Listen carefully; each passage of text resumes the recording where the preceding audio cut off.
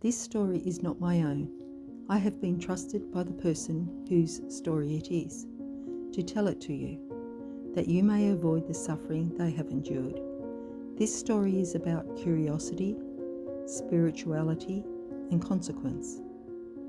Its content is honest. It was provided to be narrated by me, having been written by the story's protagonist. As at the time of this initial narration, the story remains in progress, with a peaceful trust in the Lord and His final victory in our lives.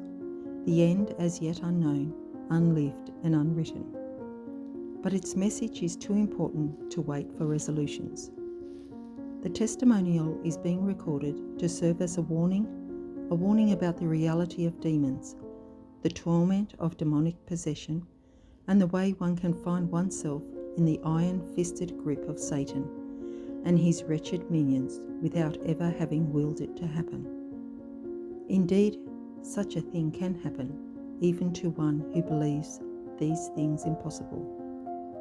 But the person who wrote this account knows firsthand the unequivocal truth that the good angels exist, the fallen angels exist, and an unworldly battle is raging day and night for the ultimate prize of souls to be won for heaven or for hell, for all eternity.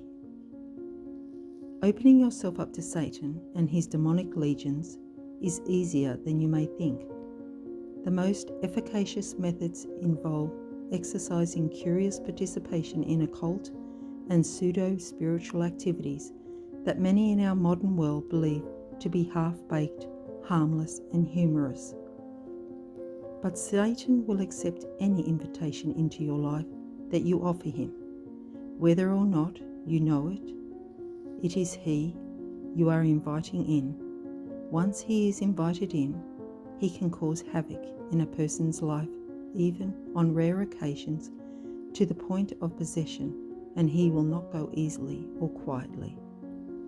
The horror of this consequence is something the provider of this testimonial knows too well, and they share it that you may be alert to the snares of the devil and being watchful and open and receptive to the grace of the Holy Spirit.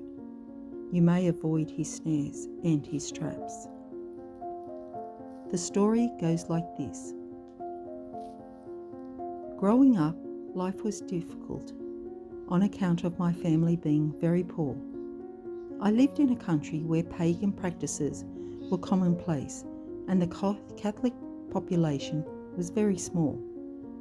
I wasn't born a Catholic, but when I was 12 years old, I received the sacraments of baptism and confirmation from a local church. I remember receiving some lessons before my baptism, but my understanding and knowledge about the faith was very limited, and to this day, I actually have no recollection of anything at all from the preparation course. When I look back now, I can appreciate that my conversion was against the odds, but that God had always been calling me to Him, even when I was a small child. I was born in the 1970s, and I have some specific memories of that era. For instance, I remember that there were limited television and entertainment options that were appropriate for children. I recall frequently hearing the melody of people singing songs that had powerful melodies which filled the listener with joy. I remember the sound of bells and the buzz created by many people participating in a shared activity. And a few years before I was baptized, I distinctly remember that on one occasion, while the bells were chiming and the crowd was buzzing, a male voice boomed through a loudspeaker for about 15 minutes. Although I had no understanding of what he was saying, the whole experience evoked a strong curiosity within me, and I was desperate to discover the cause of this excitement. Unfortunately for me, the activity that had struck my interest was unfolding on one side of the street. I was on the other side, and a constant stream of vehicles rendered it impossible for a small child to safely navigate their way from one side to the other.